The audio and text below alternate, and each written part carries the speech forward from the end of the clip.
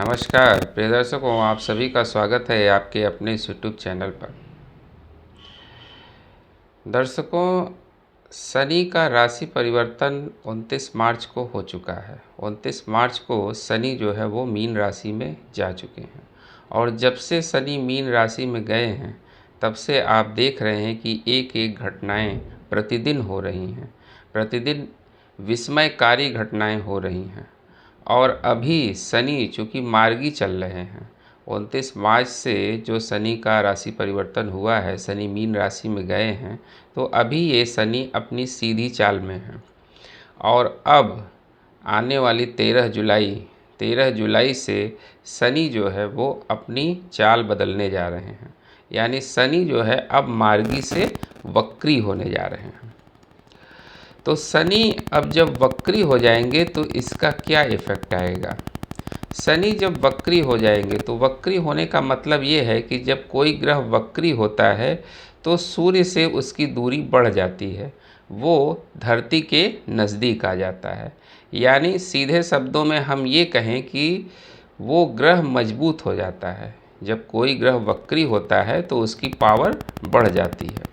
यानी शनि जब 13 जुलाई से वक्री होंगे तो उनकी पावर बढ़ जाएगी और वो पीछे की तरफ चलने लगेंगे।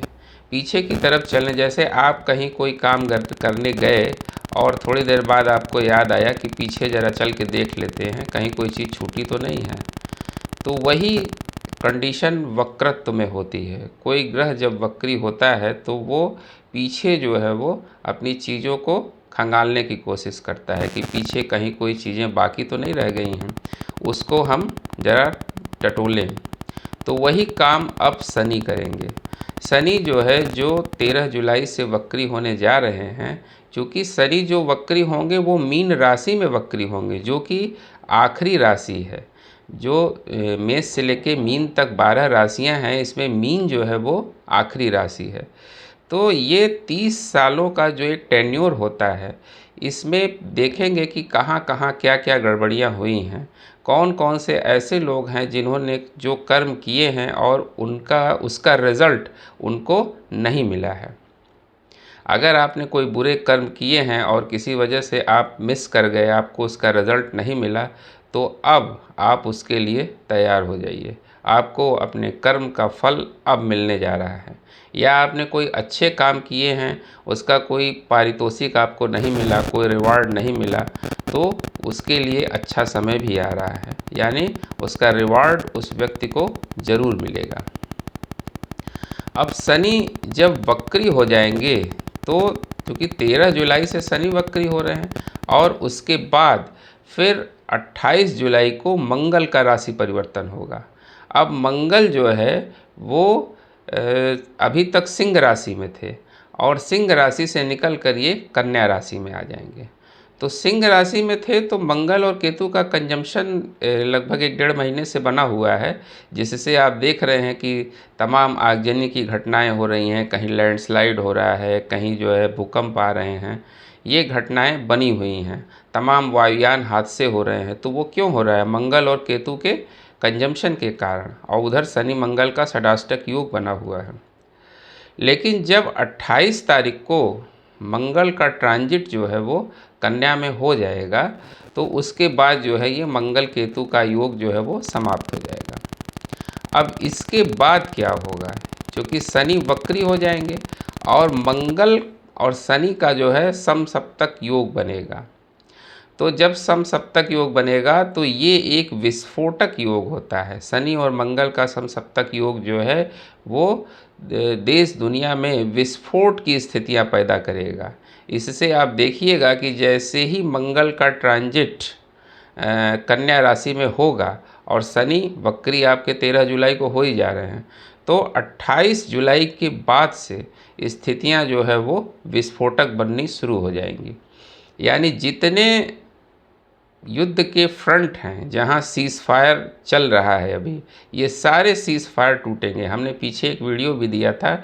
ये सारे सीज़ फायर टूटेंगे और फिर से युद्ध की परिस्थितियां बन जाएंगी। आप देखिएगा 28 जुलाई के बाद से और सितंबर के बीच में सीज़ फायर ज़रूर टूटेंगे, क्योंकि ग्रहों की का कॉम्बिनेशन ही ऐसा बन रहा है कि इस समय सीज़ फायर टूटेंगे और फिर से युद्ध की परिस्थितियां बनेंगी, चाहे वो भारत पाकिस्तान का हो या इजराइल और ईरान का हो या कई और नए फ्रंट भी युद्ध के खुल सकते हैं।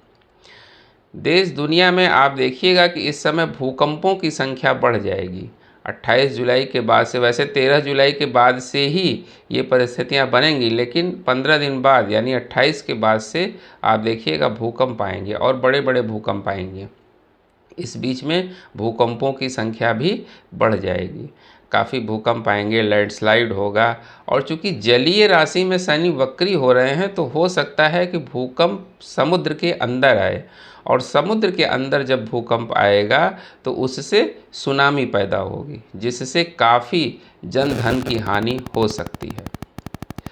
तो आने वाला जो ये समय है, ये शनि का वक्री होना ये बहुत अच्छा नहीं है। इसके लिए जो है आप प्रतिदिन जो है वो हनुमान चालीसा का पाठ करें शाम के समय, और शनिवार को सरसों के तेल का एक दीपक जरूर जलाएं पीपल के पेड़ के नीचे। इससे जो है शनि का जो नेगेटिव इम्पैक्ट है वो आपके जीवन में थोड़ा कम हो जाएगा। ये तो हमने देश दुनिया की बात की, आगे हम राशियों पर भी चर्चा करेंगे। इसका इफ़ेक्ट हर व्यक्ति पर आएगा कि सकारात्मक तो कम ही होगा, नकारात्मक ज़्यादा होगा। तो इससे बचने के लिए आप ये उपाय करें, इससे जो है आपके शनि के वक्री होने से आपके ऊपर कोई दुष्प्रभाव नहीं पड़ेगा। उम्मीद करते हैं दर्शकों हमारा ये वीडियो आपको ज़रूर अच्छा लगा होगा। मिलते हैं आपसे अगले वीडियो में, तब तक के लिए हमें आज्ञा दीजिए। नमस्कार।